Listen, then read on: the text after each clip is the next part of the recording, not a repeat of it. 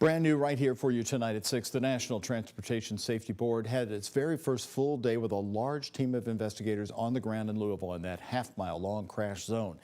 This investigation into this crash could take years to be finalized. Focus reporter Travis Breeze talking today to an aviation lawyer what we should be watching in the days to come. Travis?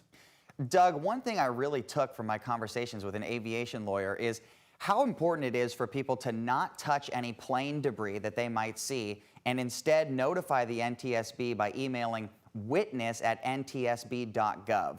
The investigators need to see how those pieces burned and may attempt to reconstruct a large piece of this jet.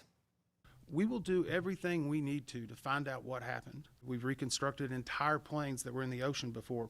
The main thing is that we understand this and get answers. Todd Inman, an Owensboro native who's leading the NTSB investigation, says they will expend every resource to determine a cause. While a preliminary cause has not been released, Inman has confirmed several things. A fire started on the left wing after it was cleared for takeoff. The engine on that side detached during takeoff, and the plane reached 475 feet of altitude before crashing. The number one engine on the left side, we have already retrieved and put it into a secured location. While other first responders search for the 9 people who are still missing, Inman and his crew are walking the runway and the half-mile crash site. Here's video from Mayor Craig Greenberg's office of the crash site as news media is still not allowed inside. Whenever you're standing there, you can see burnt trees, you can see molten.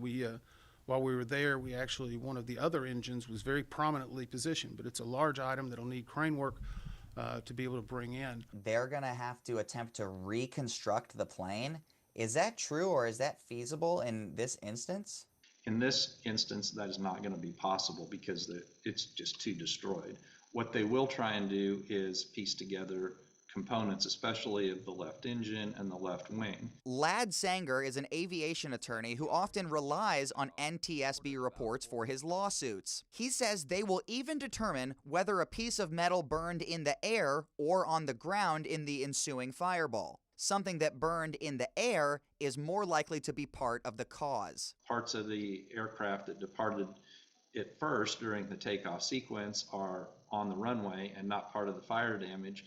I do think that they will be able to reconstruct a lot. Sanger says to expect a roughly 2-page preliminary report soon. The final report may not come out for 2 years. Todd Inman also said today they are aware that this plane was in San Antonio for maintenance within the last 2 months. He said they are pulling those maintenance records as part of the investigation. In the studio, Travis Breeze, WHAS 11 on your side. Travis, thank you so much.